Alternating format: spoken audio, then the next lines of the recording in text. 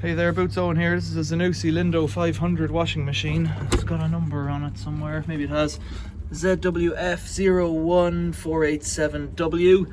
I was told it leaked. I flipped it over on its side. It looks like it's leaking out at the front inside. I had a look at the door seal here. Apart from it being mouldy, there doesn't seem to be anything wrong with it. There's no holes in it.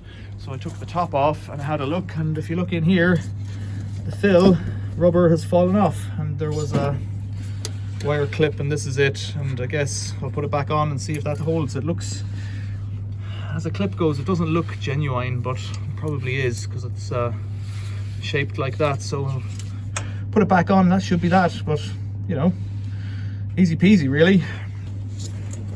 So that's it on now. I have no great confidence in it because it appears there's no lip or anything, but it's on. And if I rattle the drum here, that doesn't seem to affect it too much. It's not being pulled down at all, so it should be okay. I'll put the top back on and we'll give it a spin, but that's as much as I'm going to do today. And where it is, it doesn't matter if it leaks, so there's no real issue.